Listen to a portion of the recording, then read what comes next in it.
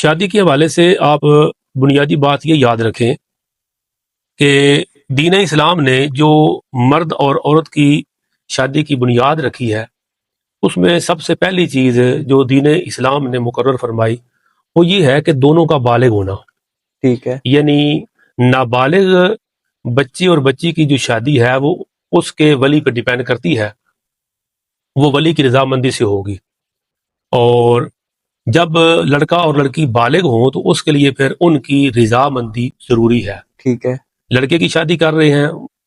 نابالغ ہے یا لڑکی نابالغہ ہے، تو اس کی جو شادی ہے وہ اس کی مرضی ڈیپینڈ کرے گی ولی پر،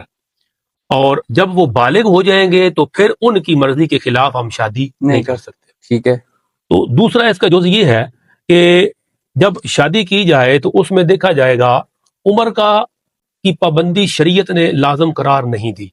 ٹھیک ہے، نکاح کے اندر جو دیکھا جاتا ہے وہ سب سے پہلے یہ دیکھا جاتا ہے کہ لڑکا اور لڑکی دونوں بالغ ہوں، لڑکی بالغہ ہو، اور دوسرا اس میں جو ضروری چیز ہے وہ دونوں کی رضامندی، لڑکا راضی ہو،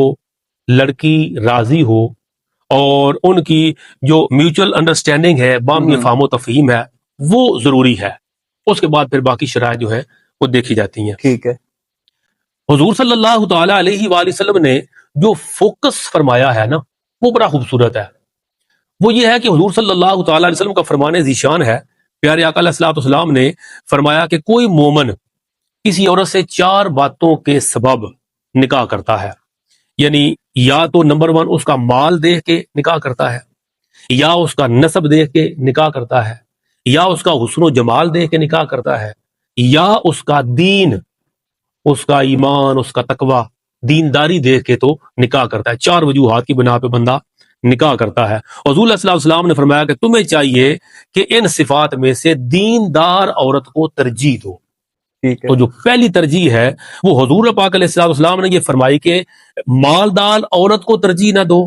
نسب کو ترجیح نہ دو، اس کے حسن و جمال کو ترجیح نہ دو، بلکہ اس کی دینداری، اس کا ایمان، اس کا تقوی، اس کا حیا، خوف خدا، اس کو دیکھو اور اس کو ترجیح دو عورت سے نکاح کرنے کے لیے۔ یعنی عمر کو فوکس نہیں کیا، دینداری کو فوکس کیا۔ ٹھیک ہے، دوسرا، حضور پاک کے فرمان ذیشان سنن ابو داؤد شریف کے اندر موجود ہے، پیارے کا فرماتے ہیں کہ محبت کرنے والی اور بچے جننے والی عورت سے نکاح کرو۔ ٹھیک ہے، دوسرا جو پیش نظر رکھنے والا پہلو ہے وہ ہے کہ عورت چھوٹی عمر کی ہو یا زیادہ، یعنی بالغہ تو ہو نا، اس کے بعد عمر 16 سال ہے، 18 سال ہے، 20، 25، 30 ہے، اس کا نہیں، بالغہ ہو،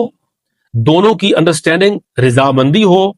اور پھر کیا دیکھیں؟ نمبر 1 اس کی دینداری دیکھیں، نمبر 2 محبت کرنے والی ہو، نمبر 3 بچے پیدا کرنے والی، یعنی